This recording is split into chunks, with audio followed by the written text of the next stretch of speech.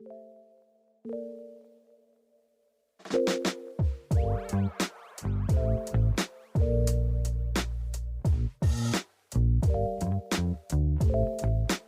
everybody. Welcome to another episode of Find Your Model Health, the official podcast for those looking to optimize their long-term health and weight goals and understand how their body really works. I hope everyone is really well today. And I am excited to introduce you to this episode's guest, Winnie Wang. Winnie is a traditional Chinese meridian-based energy healer.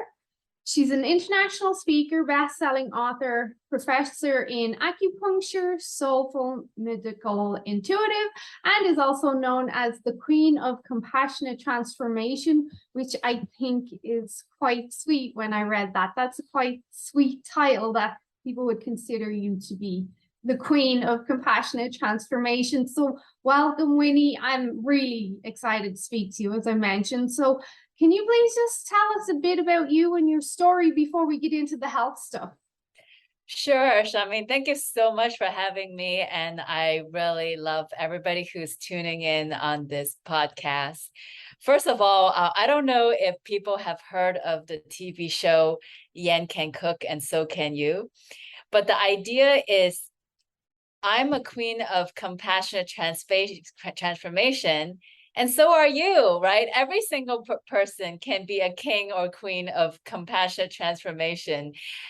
I have spent many years as, I guess, the damsel in distress, the powerless princess who's stuck in the tower and just stuck in her own trauma and these stories that just aren't true. But because I kept repeating them, in my monkey mind, that I got trapped thinking that I am stuck, right? So if I can do it, you can do it. So, this title, Queen of Compassionate Transformation, is more one of empowerment, where if you listen to this podcast episode and if you follow me on social media, I hope you too will become the king and queen of your journey in transformation.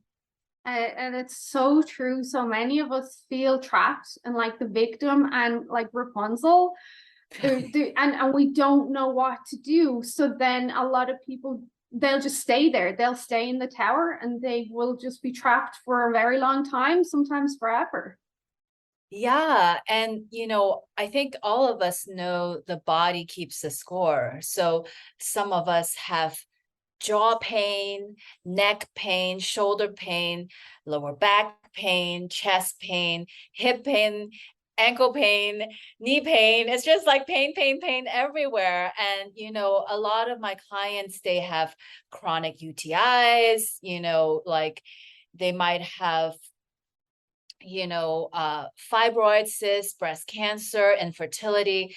There's just so many diseases that come from actually trapped emotions because the body keeps a score, right? So some of these things that happen in our childhood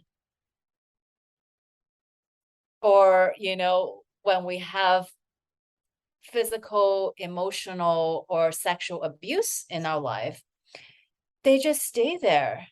And so, it's really funny because initially I am a licensed acupuncturist, so I practice traditional Chinese medicine. And really, I really specialize in healing trauma because I realized, all these clients, they come to me with decreased eyesight or lower back pain, even mysterious liquid coming out of the ear or chronic UTI. I cannot help them unless I talk about the anger and the fear and the unworthiness, the shame and the grief, all of these emotions that are trapped inside, which is why I end up writing a book called Honoring Darkness.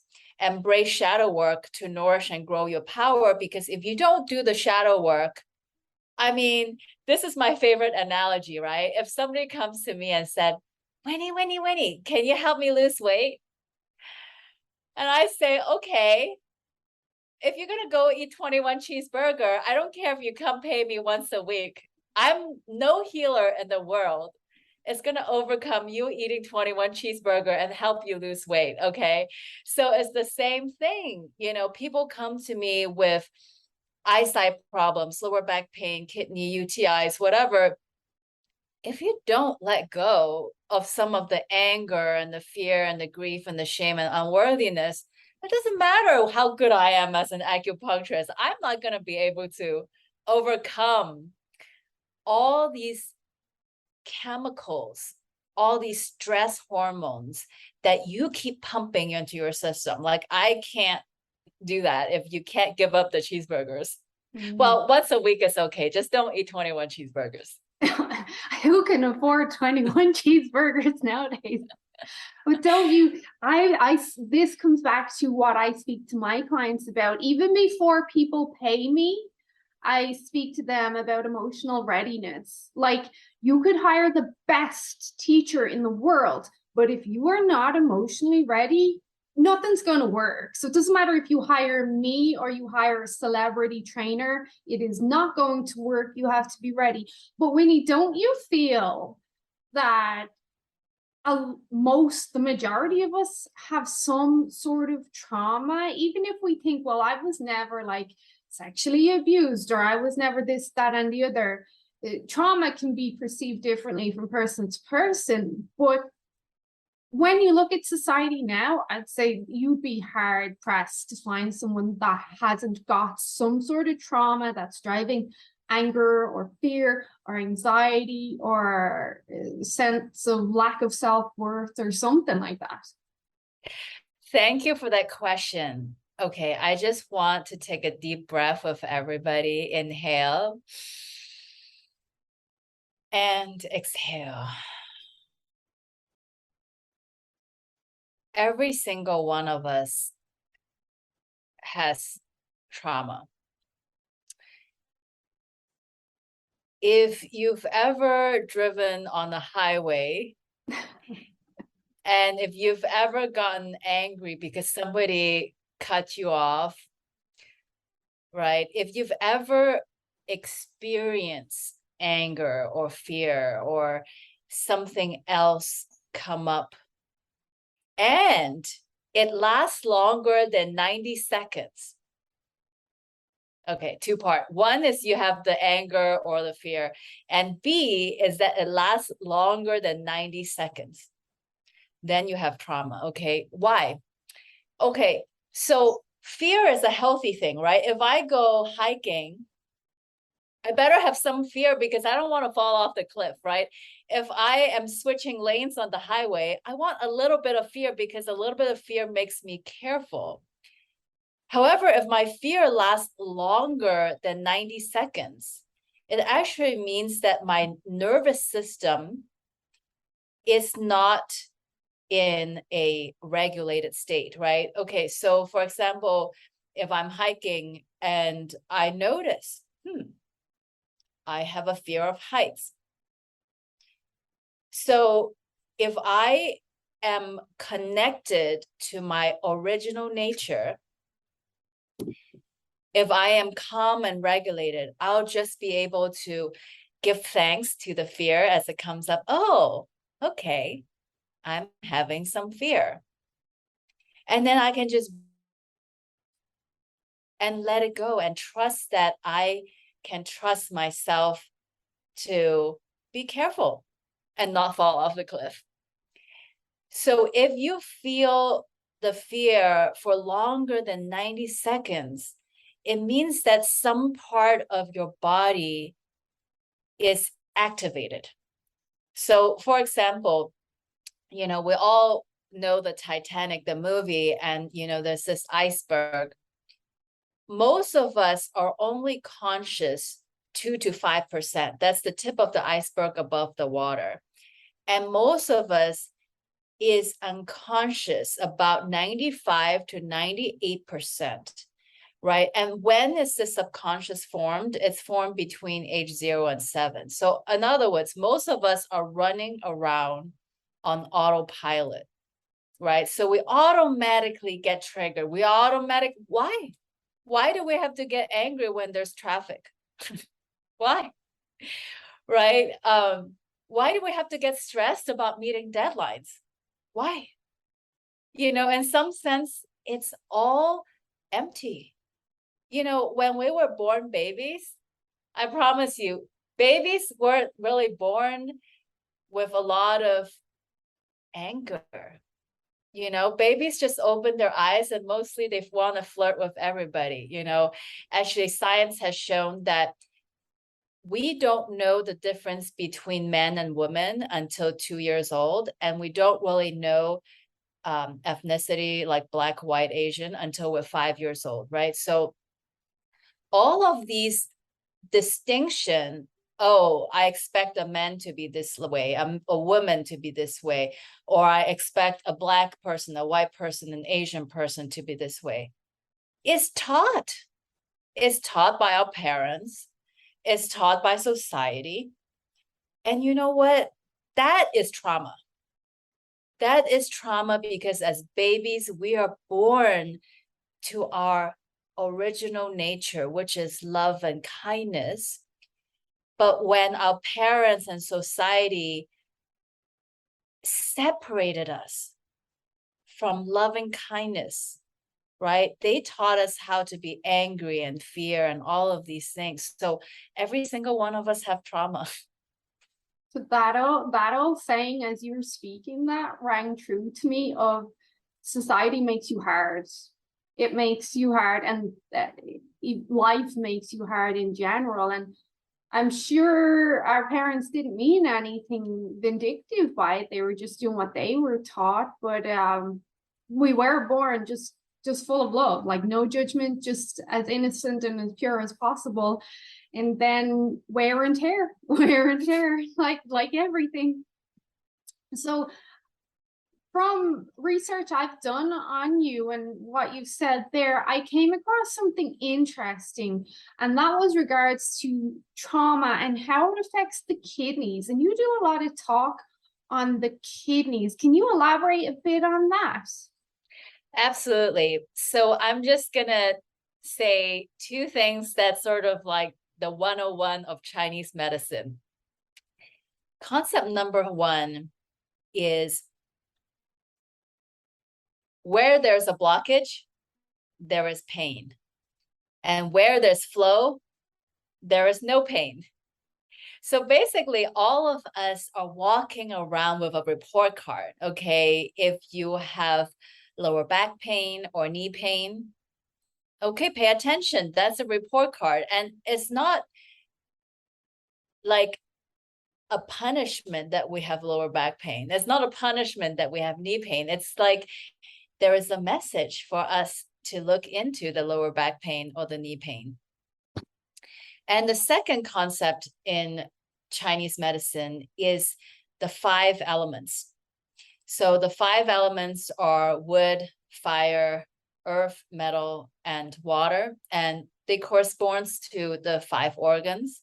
Okay, so liver, heart, the digestion, stomach, spleen, and then lung and kidney. And then they correspond to the emotions. So that's anger, it lives in the liver, right? This abandonment, disconnection, loneliness is in the heart. And then the overthinking, worry, anxiety is, in this digestion. Then the grief is stored in the lungs. And finally, fear is stored in the kidneys. So basically, I'm going to tell a quick story. So one time I had a client, she's had liquid coming out of her ears for 3 months. During this time, she went to the ER, and then they just don't know what to do with her. They even gave her steroids, meds for cancer, antibiotics. Just they have no clue what to do, and nothing could stop that liquid coming out of the ear. And though she came to me and I said, well, in Chinese medicine, the ear is in the kidney system. And the kidney system correspond with fear. So I said, okay, what is the most fearful thing that was happening 3 months ago? Then she said, well, I had to make a very important and scary business decision. You know, I got an offer to sell my company, and my greatest fear was making the wrong choice. Because if I sell the company now, I'm afraid that I'm leaving too much money on the table. And if I don't sell the company now, I'm afraid I'll never get another offer. I said, okay, where's your company now?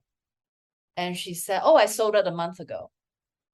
And then I said, honey, do you see the emptiness of your suffering? I mean, this is so not happening.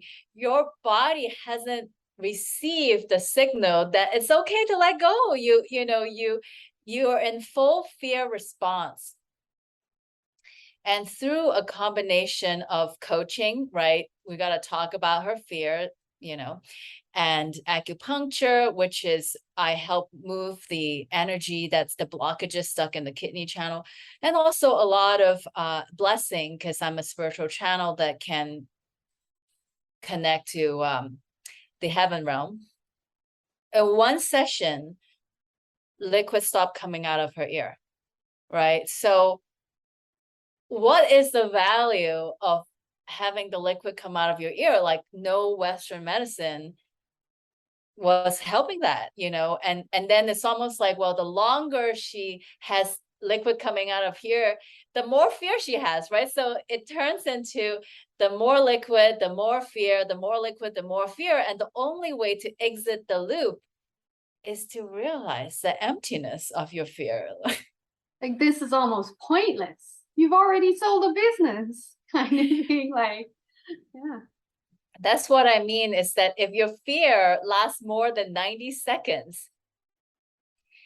So let's go back to the tip of the iceberg analogy, right? Because the decision of whether to sell the company or not, that's above the surface. That's the stuff that you can see. But what you cannot see, which is the other 95 to 98%, is all the times you felt fear between age 0 and 7, right? Think about something like if your mom said, if you don't brush teeth, then all of your teeth will fall off.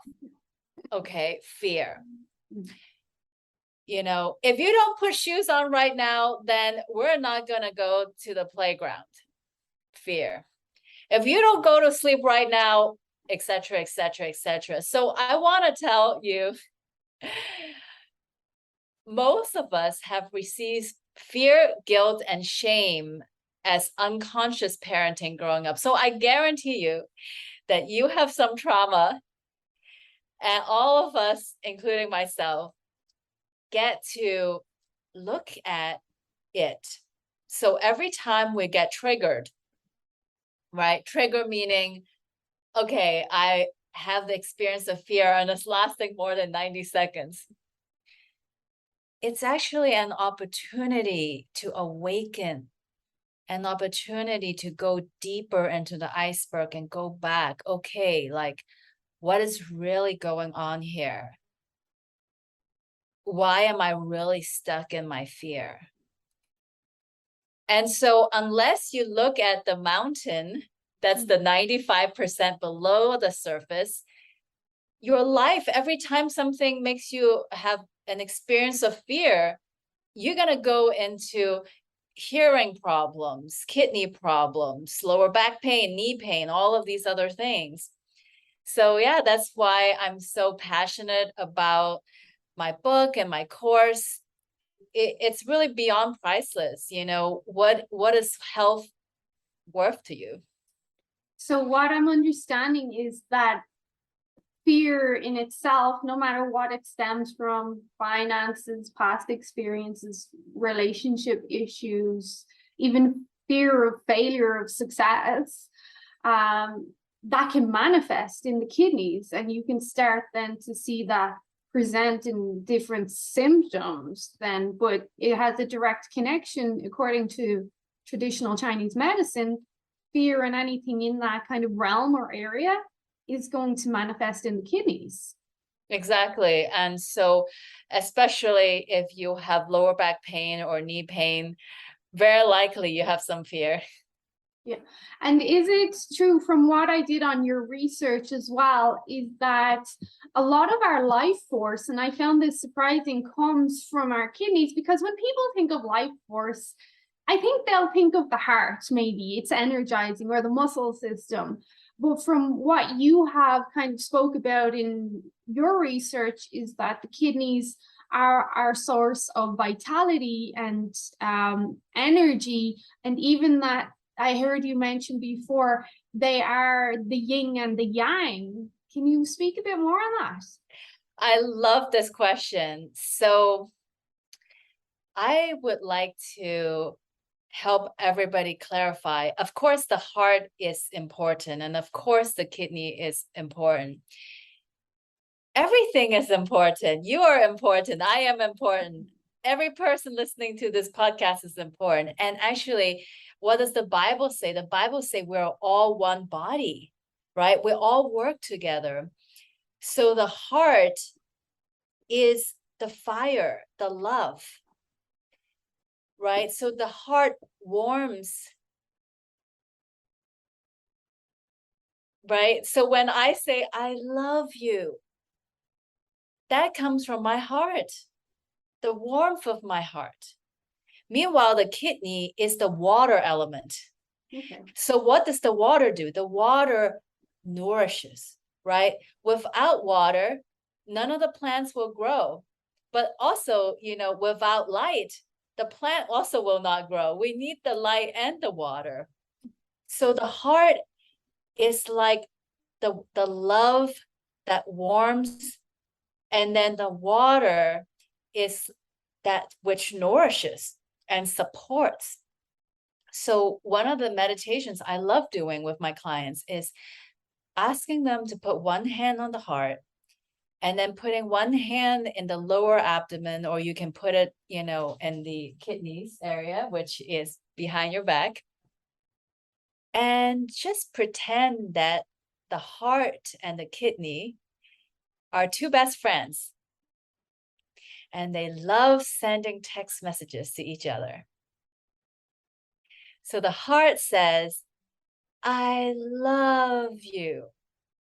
And so just visualize this I love you text message is going from your heart into your kidneys. And then the kidney, having received that, sends the message to the heart. I support you. I got you. I got you. And now imagine that the heart is constantly sending I love you to the kidney, and the kidneys are constantly sending I support you back into the heart. So we now have a circulation going.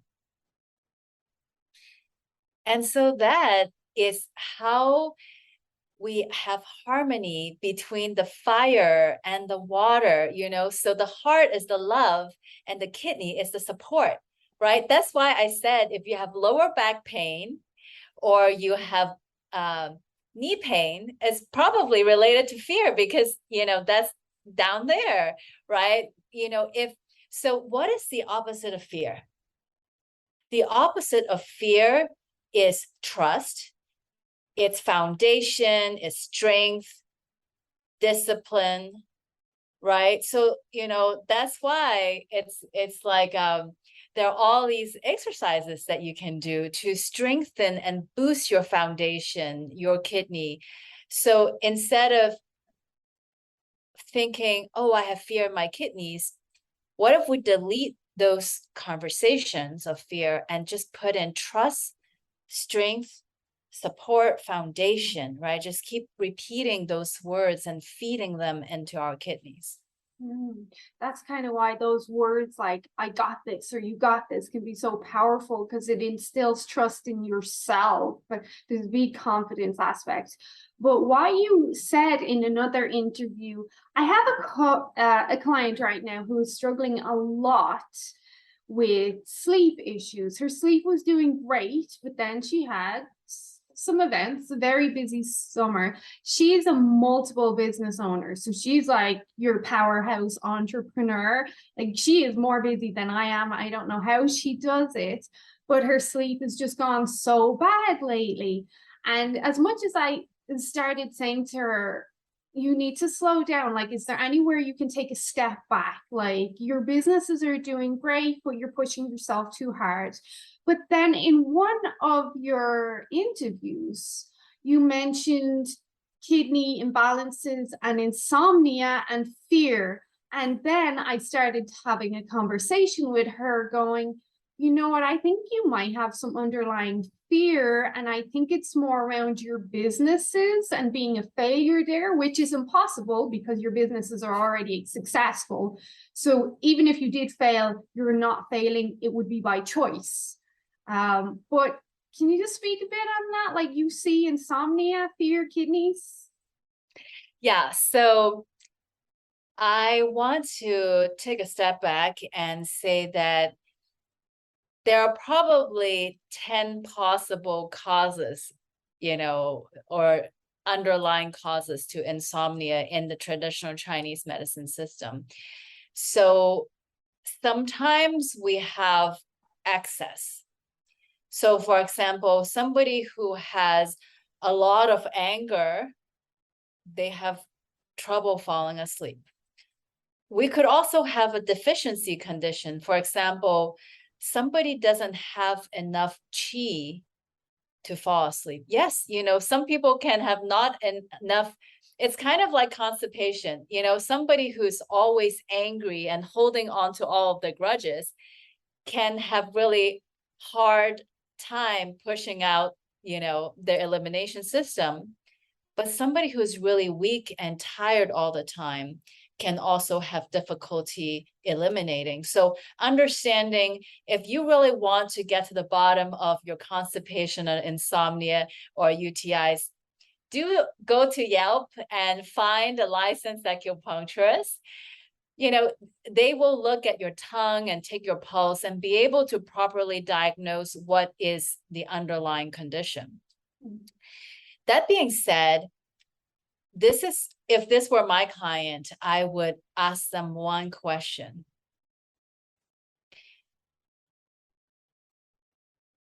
Are you serving money, or is money serving you? So if I am serving money, I'm always chasing money. I never have enough money. I never have enough success. I'm never there, right? I just keep wanting more and more and more and more and more. If money is serving me, then actually I'll make even more money, because the moment I let go of my attachment to making money, or the moment I let go of my attachment to fame, success, all of those things, money just comes to me, right? Think about this. If I am serving money, I would be stressed out. How many books am I selling? How many courses am I selling? Okay. Am I working too much or too little? How am I going to recruit my clients? Okay. All of these conversation is going to cause me stress. And yes, maybe it will affect my sleep, because I'm always using my brain to solve the problems, right? I'm running a lot of human realm suffering. But if I just let go of all my attachments to money and all my attachment to fame, I don't care how many followers I have. I'm just showing up, having a good time, and you know what? Vibes don't lie, right? So somebody could be looking at your webpage. They already know in their heart if you're the right person or not. I don't have to sell really hard if you should read my book or follow me or whatever. You know if I'm real or not. You just listen and you know if this person has experience or the wisdom, the expertise, right? So when we are so grounded in our being, we are like flowers that just attract all the bees to us. So therefore, we don't have to stress about recruiting, expanding, right? Just we just be ourselves, and we come from a heart of service, right? I'm knowing that I'm so passionate about the service I want to offer, just come from, I want to serve, serve, serve. You know, dear universe, please help connect all the people who will benefit from my service to me. You know, I'm calling on all the souls of all the clients who will benefit from my service, you know, who will listen to your podcast, right? Who will give you a 5-star review, who will work with you as a private client, you know, just do soul marketing. And then just trust that people are going to come in because, you know, souls don't lie, you know, the vibes don't lie. They know if you're the real deal. So you don't have to stress about it. A couple of things that you said there. When people speak, I'm big into connecting the dots, especially in my own brain. What you said about if someone reads your website, I think if you speak from the heart, so I did my own bio, like from what my heart says, people can see that. Whereas if I hired someone to write my bio for me, it's too generic, it's too robotic. People will not connect with it. And then the other thing that you said was the whole trust. What is the opposite of fear? It's trust. It's when you stop chasing the money and you trust and you have faith. And I say to my clients a lot, trust the process, it will work.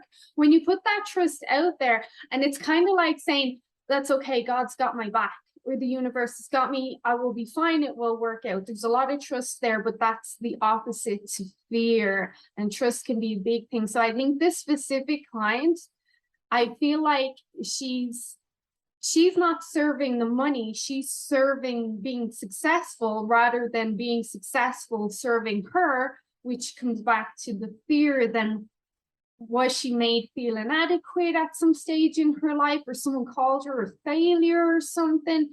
But there's that big trust aspect, and trust is such a fine commodity nowadays, don't you think? Like, it confidence is not very well instilled in people anymore. Not a lot of people have confidence, so no wonder we're afraid of everything. Okay, so I want to take a moment and say that, you know, I think all of us want love, right? And all of us want trust.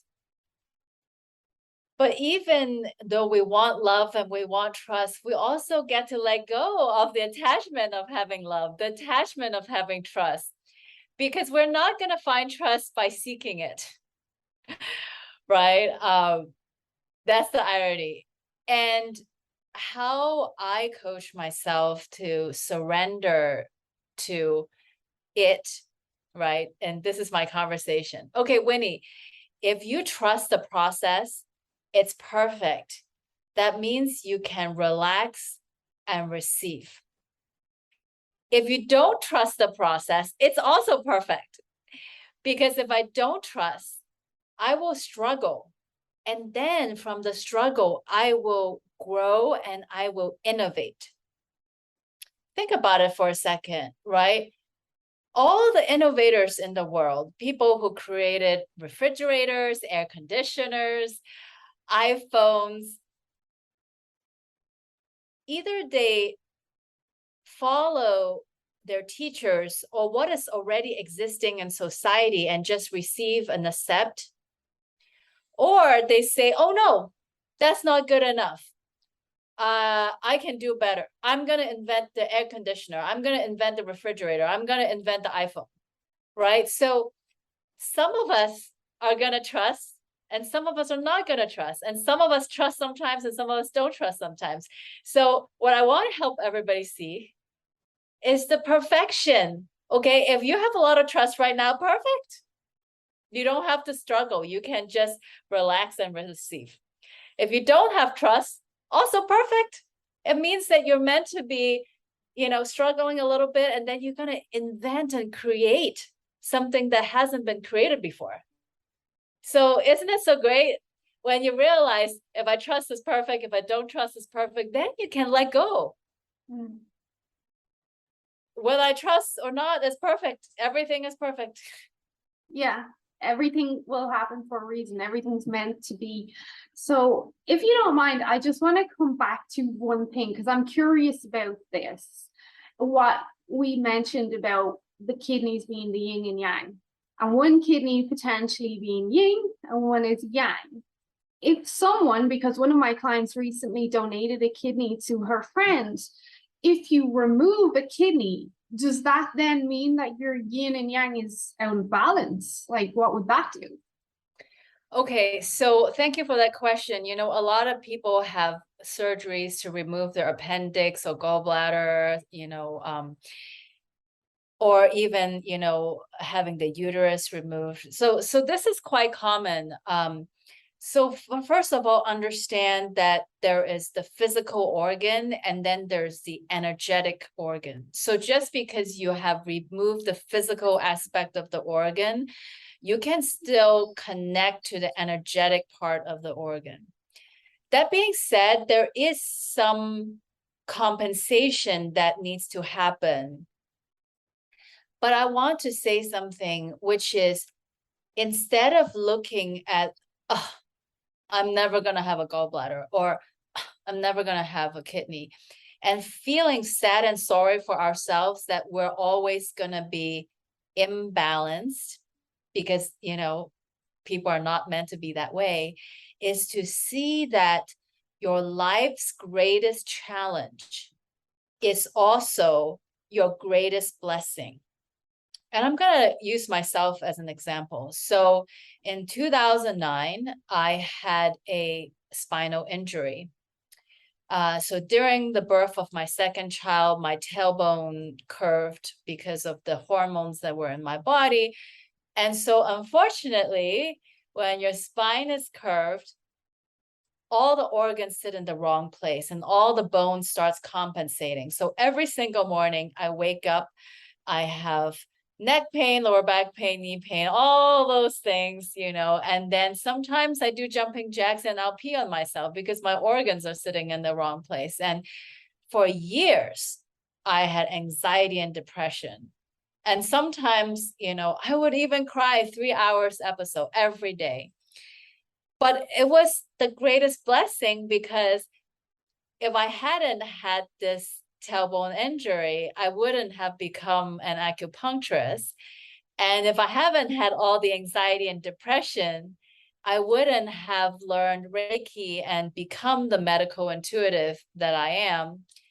And now it's even better because I realize that the structural misalignment in my tailbone actually created a hole in my energetic system. And what that means is I have a direct connection to the void.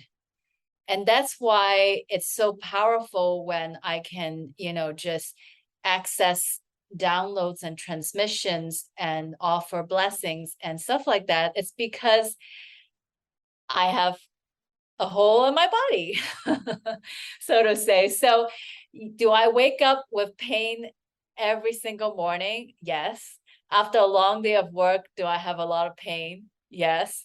Do I have to spend a lot of hours stretching, doing, Pilates and heat therapy just to maintain my equipment? Yes.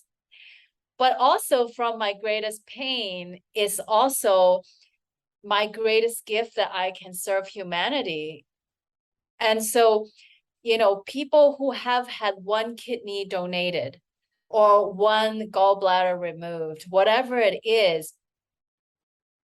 it's created some kind of imbalance in your body. And in the beginning, it's going to affect you. In the beginning, you might find, oh, I experience more fear than other people. I have a harder time with trust and stuff like that. And that's okay. That's okay. Because once you realize that God doesn't do mistakes, right? God didn't take away your gallbladder or your kidney because God wants to punish you, but because God wanted to make you a unique servant of humanity. So once you realize the purpose of not having a kidney, what is that doing in your body and energetically, what magic does that allow you to do? Oh my God. That's why one of my passion is helping people unlock their light, right? So people come to me with physical pain and I double down.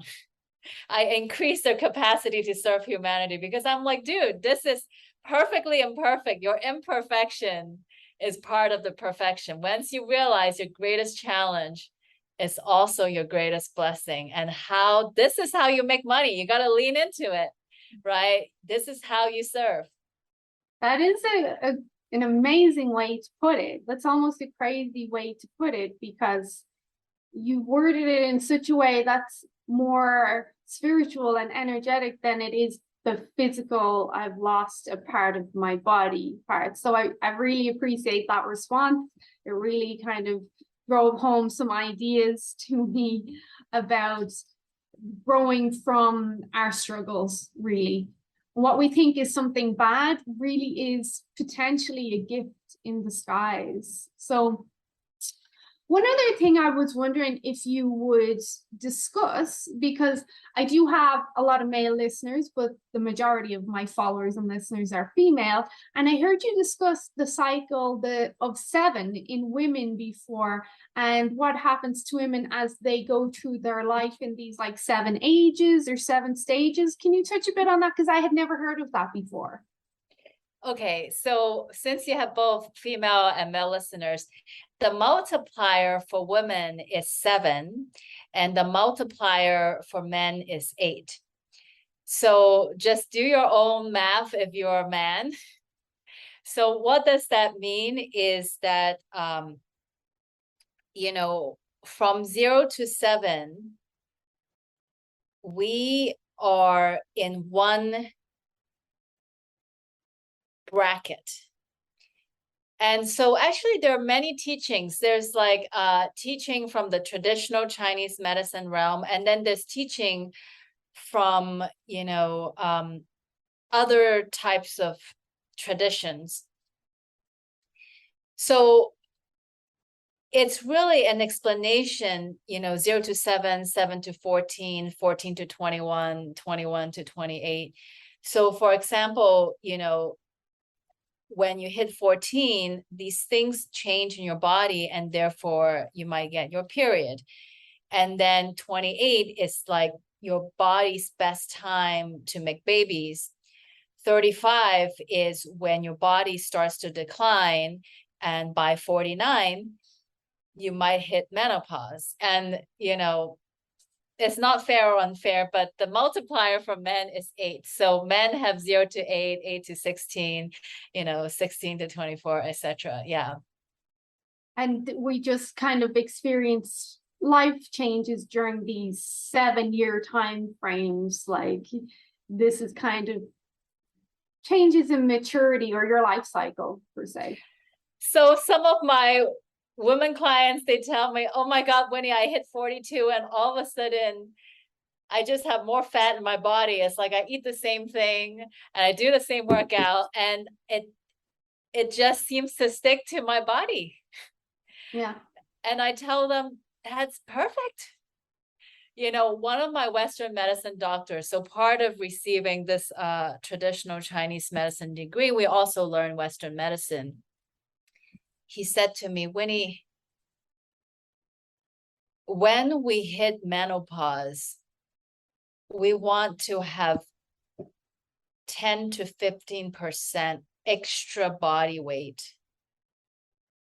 Because, okay, so for example, if you have 10 to 15% extra money in your bank account, then COVID hit and suddenly the world shut down,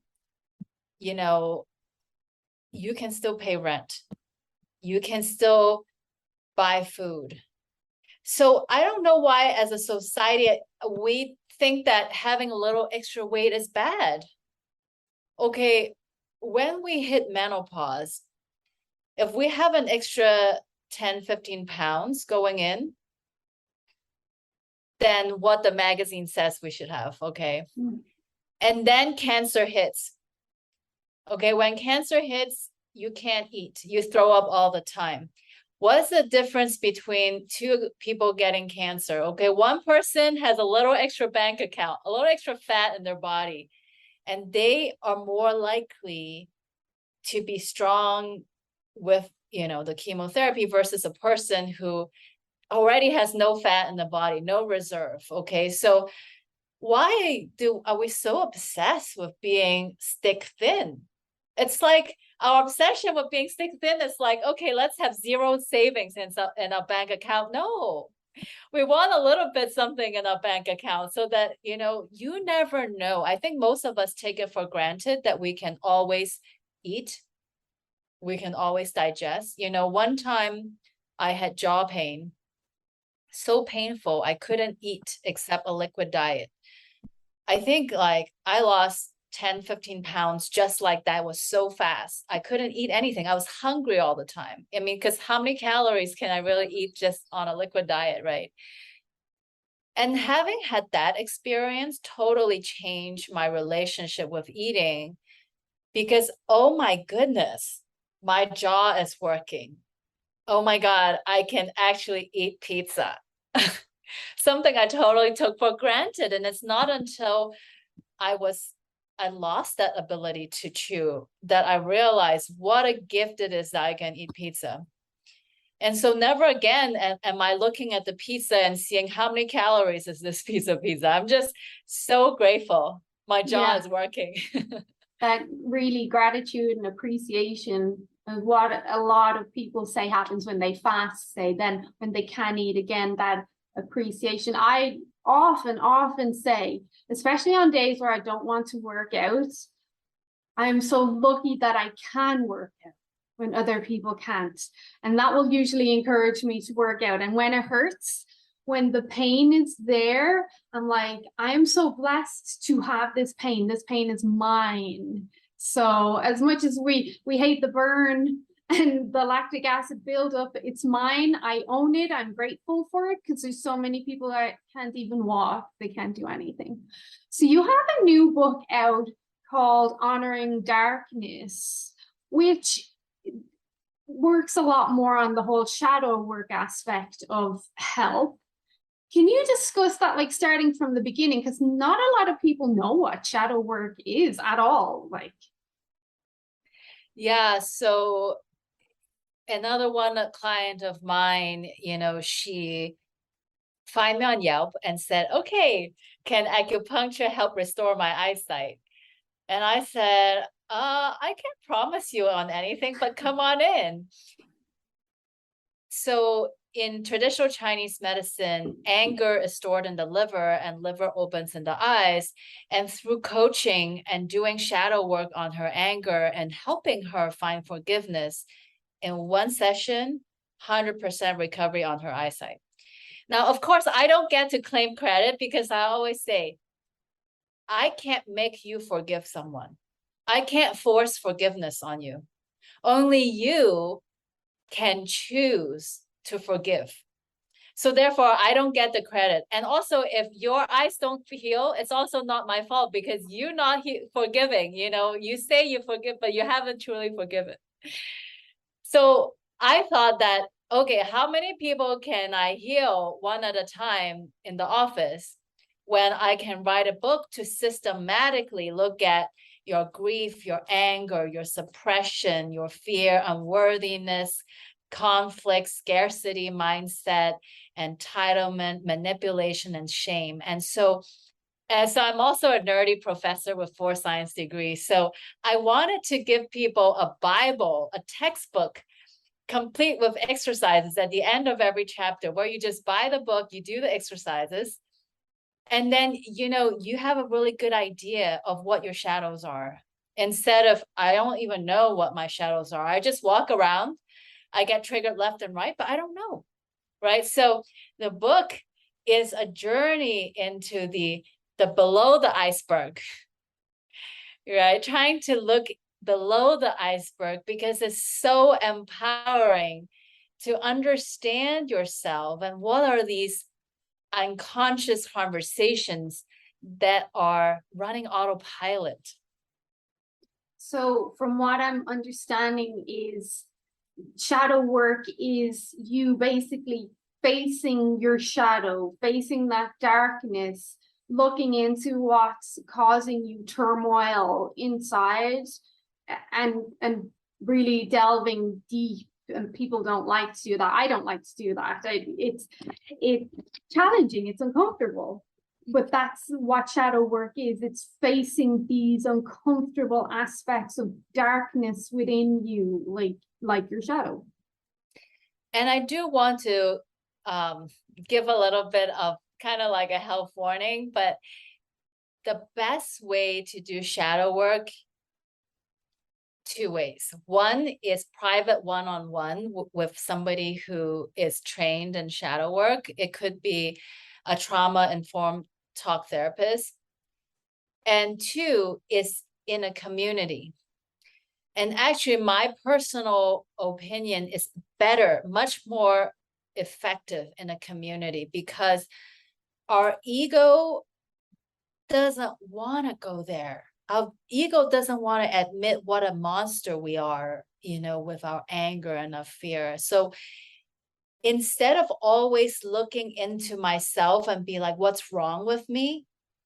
When we come together as a community, then I can learn from your breakthrough, right? If I listen to your shadow with anger, if I listen to your story with fear, then it makes it really safe for me to look at my own anger and fear, knowing, hey, I'm not alone. Every single person has this thing.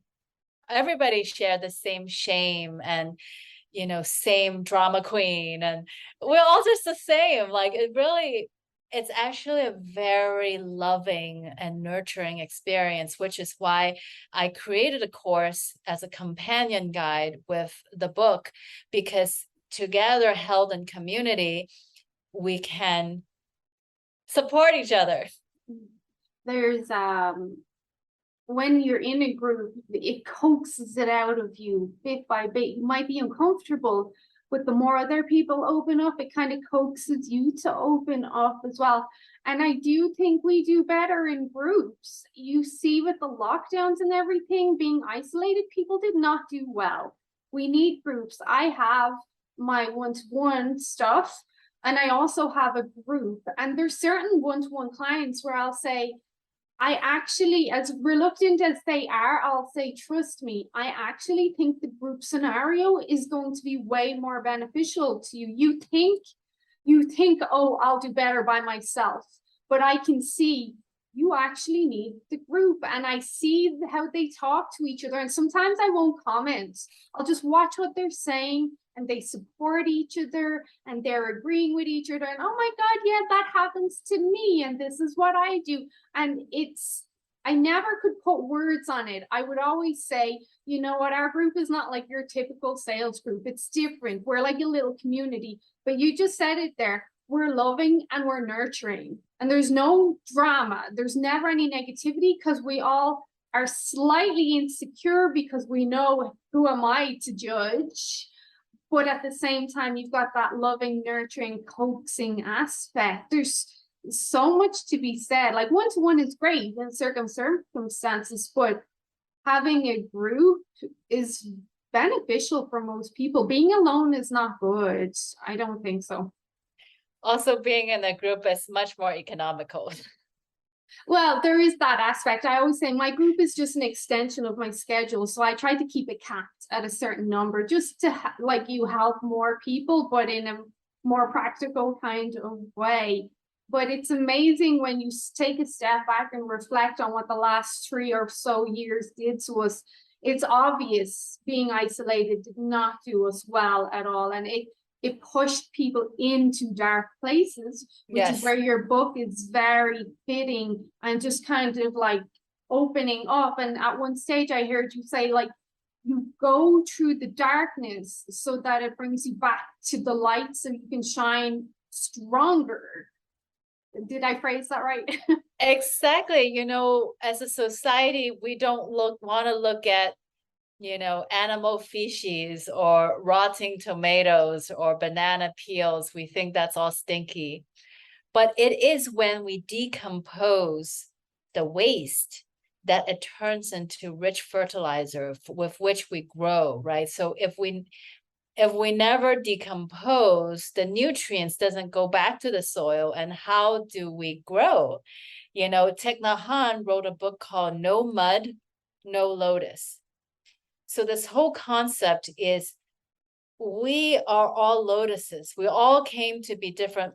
Maybe you're meant to be a rose or a peony, right? But we're all meant to be a beautiful flower, but we need that rich soil to grow. And really, shadow work is decomposing the shadow into nutrients for us to grow into more beautiful flowers.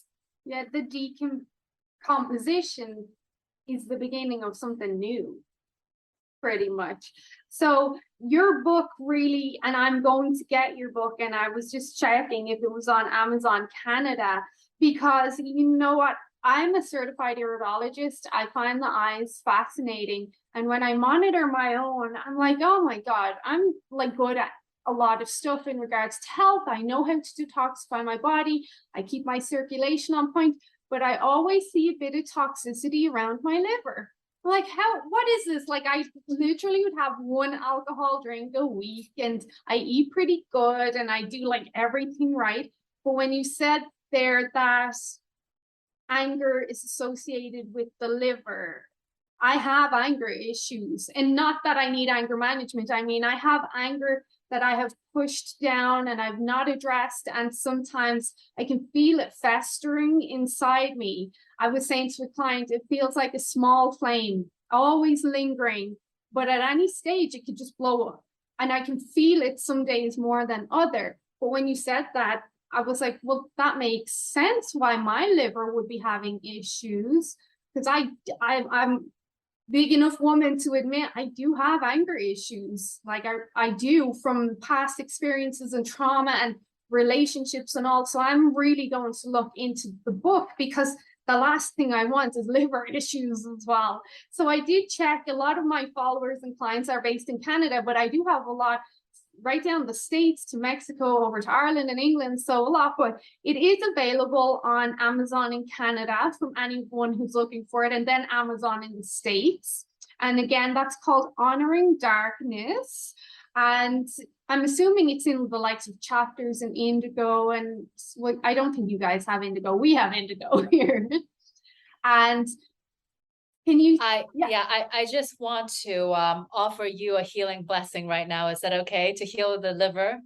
Yes. Okay, Please. so this healing blessing is for our beloved host, Charmaine, but also for all the listeners who want to receive, let's call it a liver cleanse massage. Okay, so to receive this, all you have to do is close your eyes and put one hand over the heart and one hand over the lower abdomen.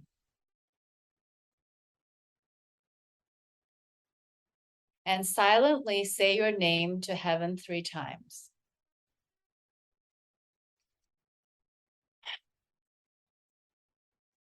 We really love you, honor you, and appreciate you. We cannot thank you enough. At this time, we humbly request a transmission, download of the greatest forgiveness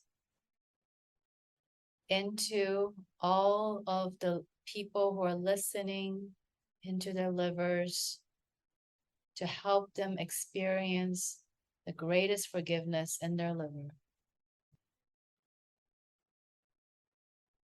You're going to know the blessing is over when you hear how. Otherwise, please keep your eyes closed.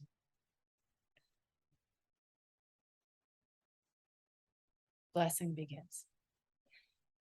大宽恕，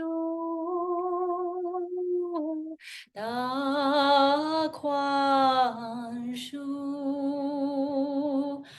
大宽恕，大宽恕，大宽恕，大宽恕，大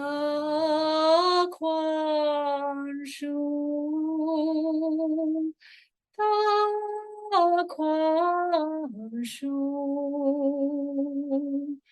大宽树，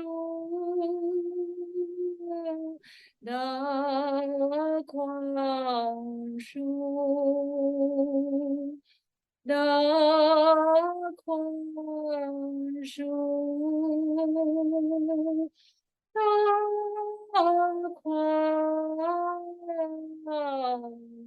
树。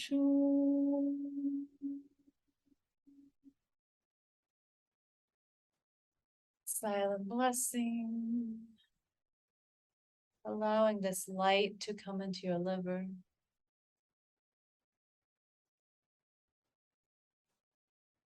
Feeling a softening, surrendering, and melting in your liver.